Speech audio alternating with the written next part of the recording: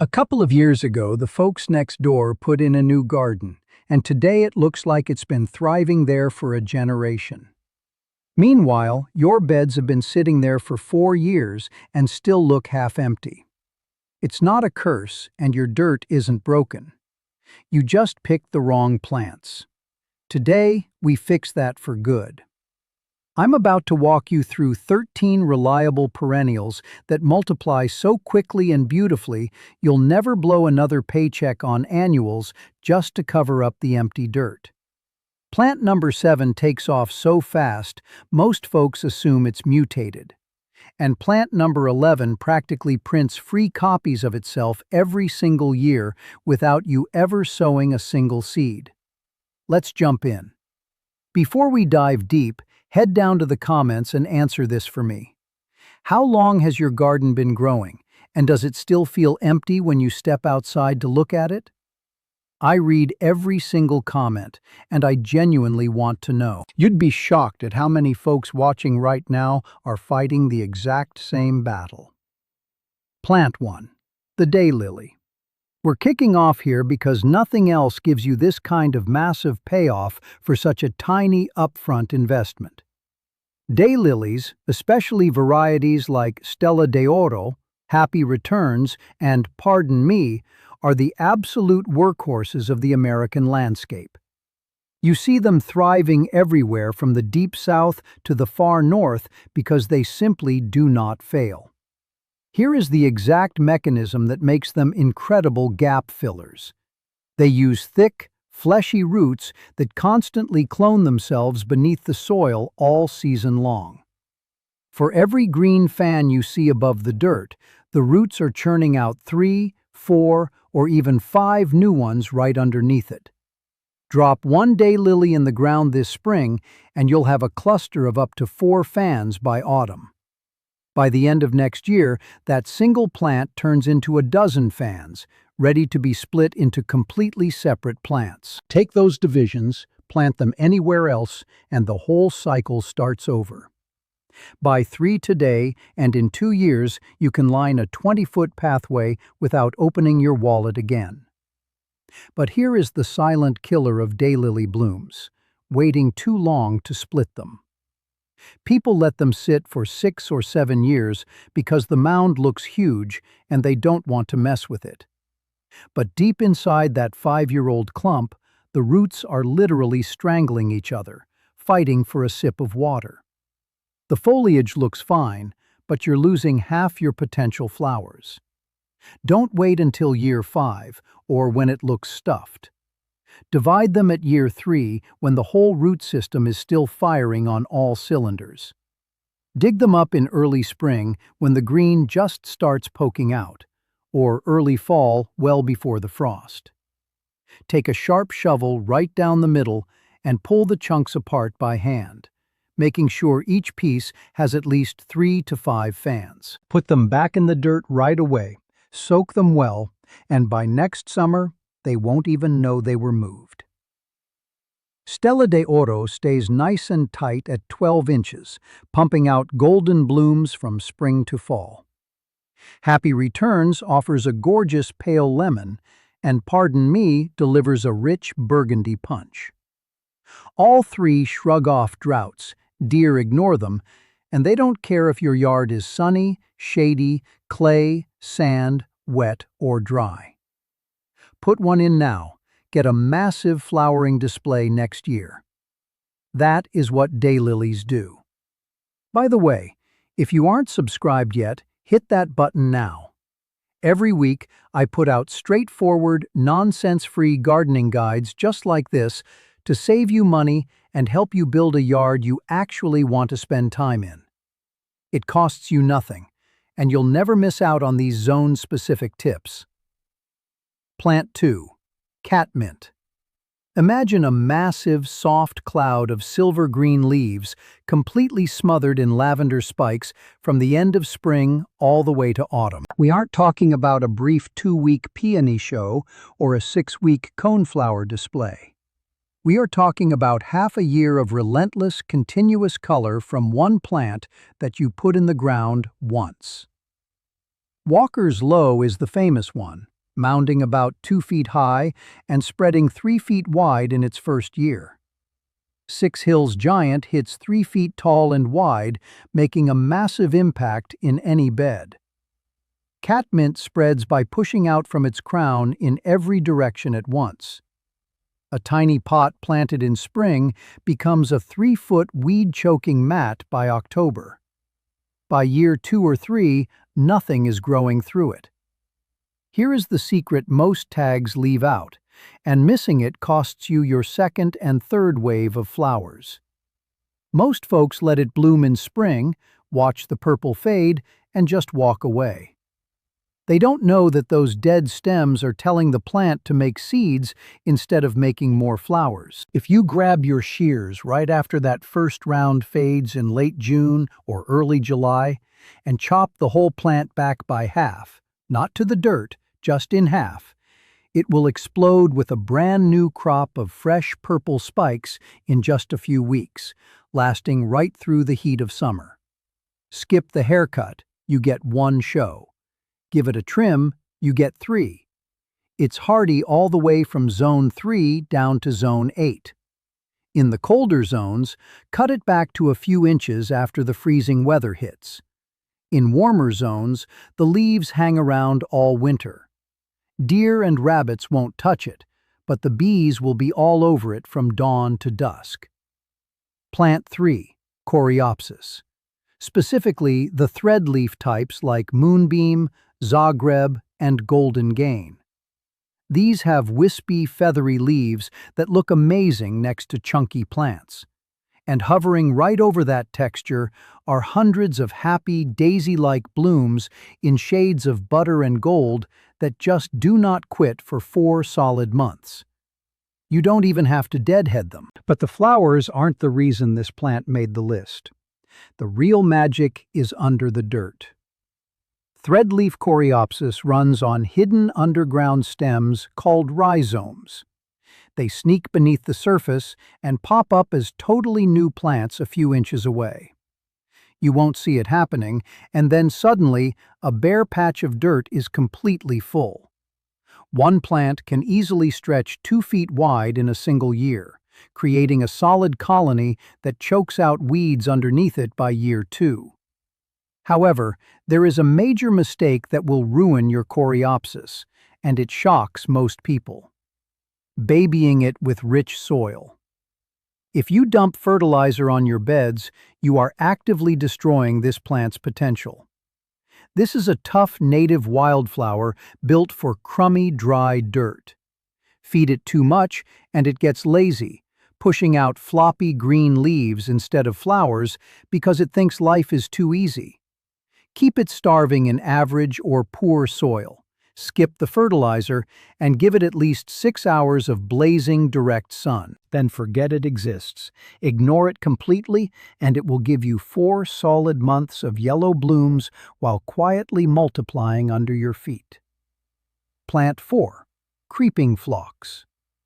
I get endless questions about this one, and when people finally put it in the exact right spot, they always tell me it changed their whole yard. Varieties like Emerald Blue, Candy Stripe, and Red Wings are spectacular. Think of a tight, evergreen blanket of fine leaves hovering just 4 to 6 inches off the dirt.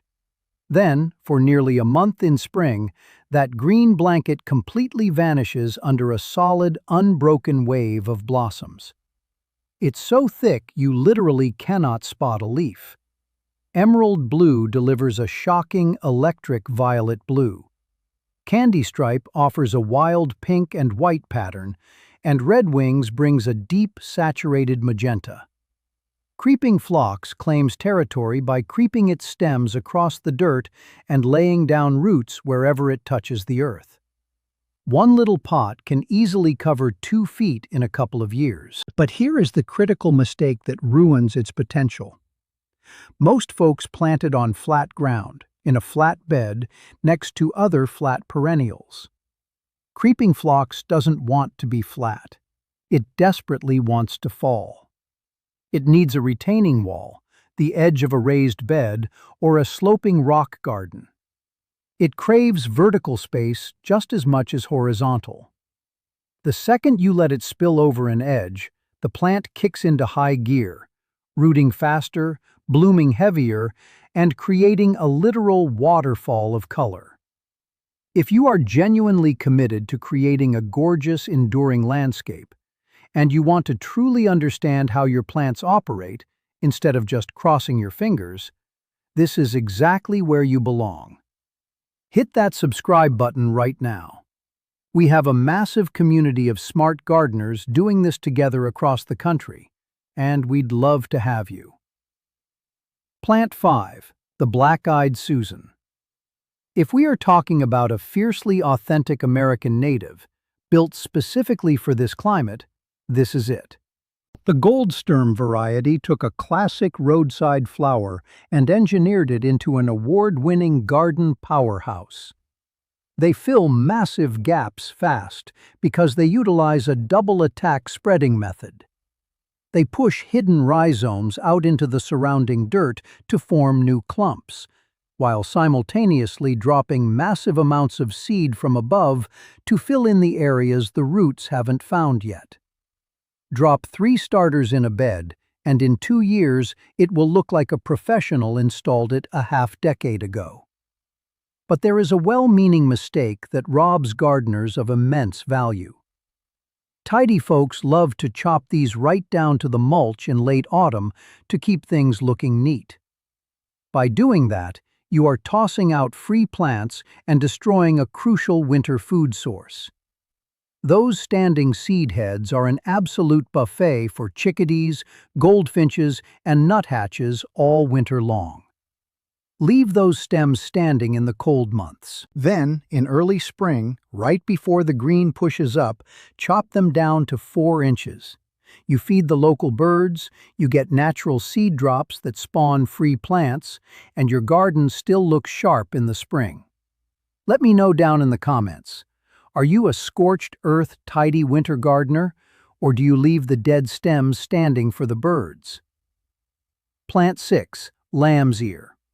This is the heavy hitter that can genuinely triple its footprint in a single summer. I don't use those words lightly. Look for Helen von Stein or Silver Carpet.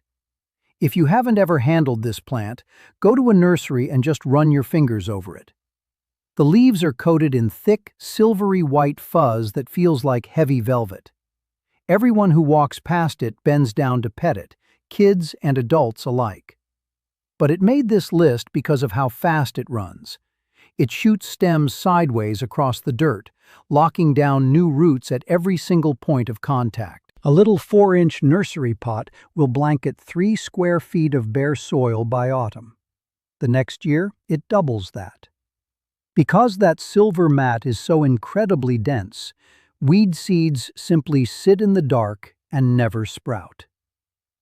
The fatal mistake with lamb's ear usually comes from trying to baby it. Heavy mulch and too much water will murder this plant. It originates on dry, sun-scorched, rocky slopes in the Middle East. It is hardwired to survive droughts.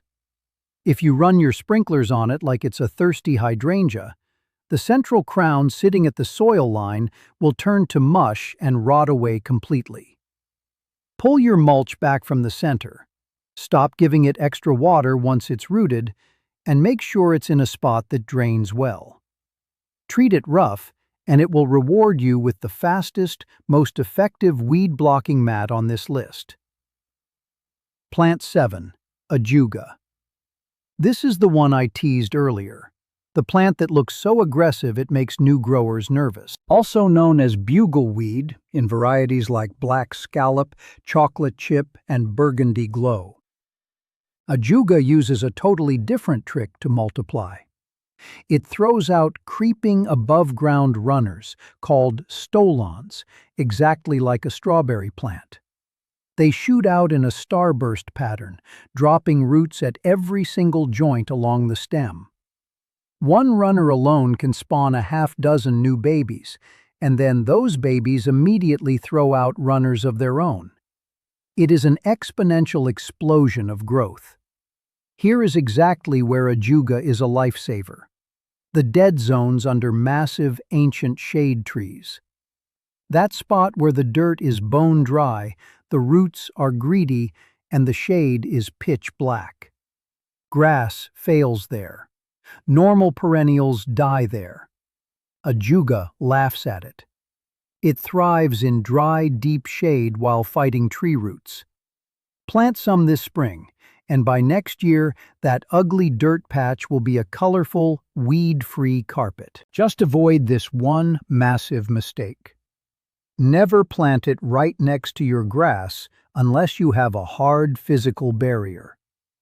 Ajuga doesn't care where the bed ends and the lawn begins.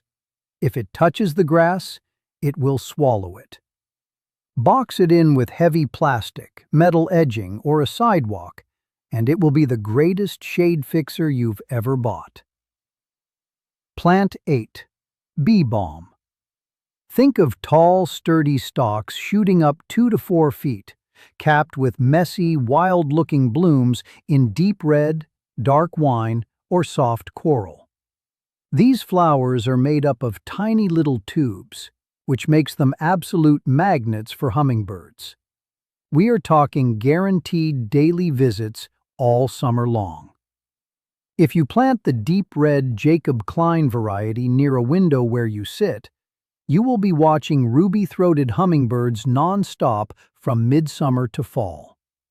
Raspberry wine gives you a rich purple red, while coral reef is perfect for a softer peachy tone. Bee balm multiplies just like the black-eyed Susan, pushing out hidden roots sideways while dropping seeds from above. One little pot turns into a massive 3-foot patch by the end of the year, making more free plants for you every single season. But here is the main reason folks get frustrated with bee balm: powdery mildew. It's that ugly white dust on the leaves that shows up when it gets hot and sticky out. People get annoyed and rip the plants out entirely. But the truth is, this is mostly just an issue of picking the wrong type. The old-school varieties get covered in mildew fast, but Jacob Klein was specifically bred to fight it off. It's not totally immune, but it's vastly better.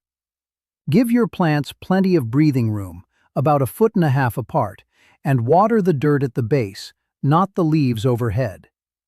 If it does get a little dusty late in the year, just chop the whole thing down to 6 inches. It will push out fresh, clean leaves in weeks and often blooms a second time. By the way, this channel is dedicated to real, tested garden advice based on actual backyard conditions, not just theory. If you want practical tips that help you avoid common traps every single week, hit subscribe right now. Thousands of smart gardeners have already joined us, and you should too. Plant 9. Creeping Jenny. Almost everything we've talked about so far likes plenty of light, but this next one rapidly fills in areas that usually defeat other spreading plants. The golden variety specifically gives you a glowing, trailing mat of tiny round leaves. It's not just pale yellow. It is a brilliant, glowing gold that looks lit up from the inside. Imagine that spilling over the edge of a pot, tumbling down a hill, or lighting up the dark dirt under a massive tree. Most ground covers need sun to spread fast, but Creeping Jenny frankly does not care. It thrives and spreads aggressively even in heavy shade, dropping roots from every stem that touches the earth. However, there is a common error that completely ruins its best feature. People assume bright gold leaves need blazing sun to stay bright. If you live in zone 6 or warmer and put it in full sun, the midsummer heat will bleach that rich gold right out into a sick-looking, washed-out yellow. The plant survives, but it looks terrible. The real trick is partial shade. Just a few hours of morning sun keeps the color locked in beautifully. In hotter zones like 7 and 8, stick it in pure shade during the hottest months. It actually spreads much faster when it isn't fighting off heat stroke. Plant 10. The Shasta daisy. We've focused a lot on plants that hug the ground, but this one brings height, classic beauty, and buckets of giant flowers all season long. Look for the varieties Becky or Banana Cream. Becky shoots up 3 to 4 feet, holding huge, bright white blooms with bright yellow centers. It handles southern heat way better than older types. Banana Cream gives a softer, elegant, creamy yellow tone. Both of them spread nicely by widening their base clumps and dropping a few seeds, steadily taking up more space without any extra effort on your part. The fastest way to kill a Shasta daisy, especially in warmer areas with rainy winters, is sticking it in heavy, soggy clay. If the base of the plant sits in a cold puddle, it rots right out. The fix is incredibly easy. Just plant it about 4 inches higher than the surrounding dirt. Mound up the soil or mix in some coarse gravel so the water drains rapidly away from the base. That tiny little lift is the difference between a dead plant and one that thrives for years. Oh, and here is a secret. Chopping the flowers off for your kitchen table doesn't ruin your yard display. It actually forces the plant to bloom even harder. You can cut stems for every room in your house, and the plant will still look completely full outside. Plant 11. Speedwell. A lot of fast-spreading plants crawl low and flat, which is great for covering dirt. But a yard with only flat plants looks boring and unplanned. Speedwell, also known as Veronica, fixes that by shooting straight up while still spreading out. Instead of flat shapes, it sends up elegant, pointed spikes packed with tiny blossoms. Royal Candles hits about 1.5 feet tall with striking dark purple-blue spears. Sunny Border Blue is slightly shorter and blooms a little later into the fall. These tall spikes draw your eyes upward, which instantly makes your garden look professionally designed instead of just randomly thrown together. The main reason people get annoyed with Speedwell is that it gets floppy and sloppy. But that is completely a location issue, not a bad plant. If you baby it with rich fertilizer, the stems grow too fast, get weak, and fall over. If you put it in the shade, it stretches lazily trying to find the sun and collapses. The fix? Starve it and bake it. Poor dirt and blazing sun will keep those spikes standing strictly at attention. If your plant is flopping, move it to more sun or stop feeding it. And if you snip off the dead spikes right down to the next set of leaves, it will push out a second round of color to keep the show going. Plant 12. Russian Sage. If you live down south or in hot areas like zones 7, 8, or 9, from Texas and the Carolinas over to California and the Gulf Coast, pay close attention. Your long baking summers will completely crush most standard perennials. But Russian sage is built exactly for your weather. Varieties like Little Spire and Blue Spire shoot up airy wands of silver-white leaves topped with lavender-blue blooms that practically glow in the sweltering heat from July to September. The leaves smell incredibly sharp and clean, which means deer, rabbits, and bugs absolutely hate it. I have grown it for over a decade in heavy deer country and never seen a single bite taken out of it. Blue Spire hits 3 to 4 feet tall and wide, making a massive statement in the background. Little Spire stops around 2 feet, which is perfect for tighter spots. But here is the mistake that wipes out Russian sage, and it catches even veteran gardeners. People treat it like a normal soft perennial and chop it straight down to the dirt in autumn. In colder zones, that can kill the plant completely. Russian sage actually has a hard, woody base that needs to survive the winter. If you cut it to the ground, You chop away the exact spots where the new spring leaves emerge. Leave about 6 to 8 inches of those tough stems standing through the snow.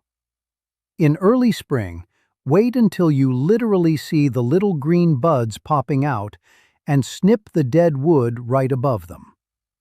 Plant this in terrible, dry, rocky dirt with blazing sun. Once it gets established in warmer zones, you basically never need to water it. Plant 13. Karl Foerster Feather Reed Grass. Every other plant we've talked about is here because it covers ground fast.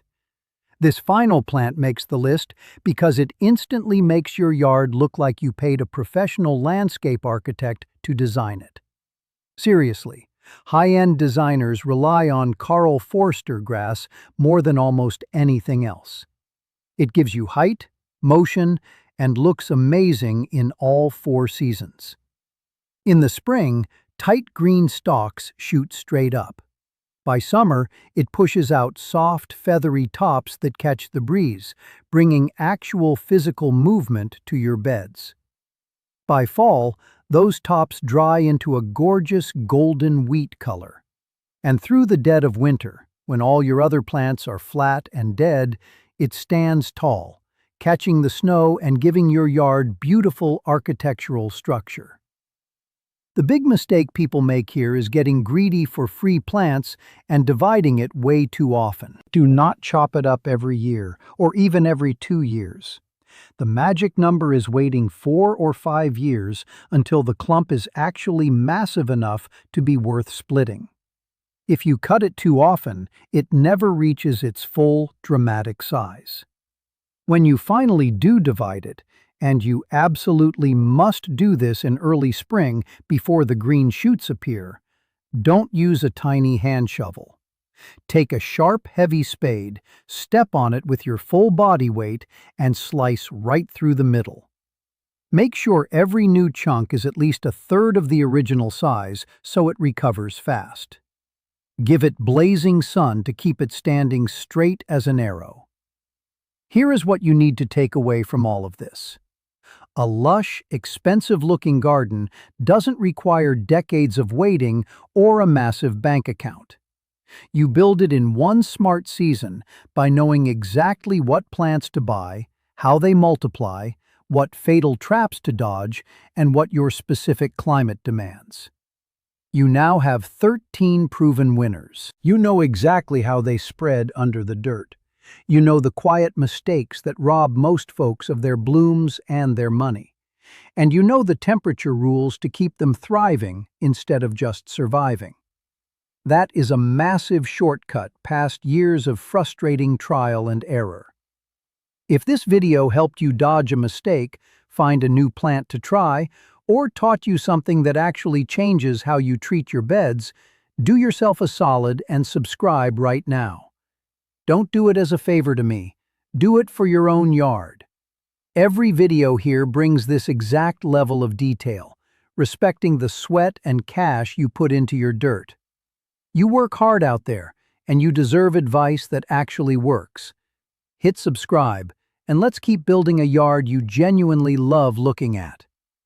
Before you click away, I want 2 answers from you down in the comments. First, which of these 13 plants are you going to buy this spring? Second, do you chop everything down to the dirt in the fall to keep it tidy?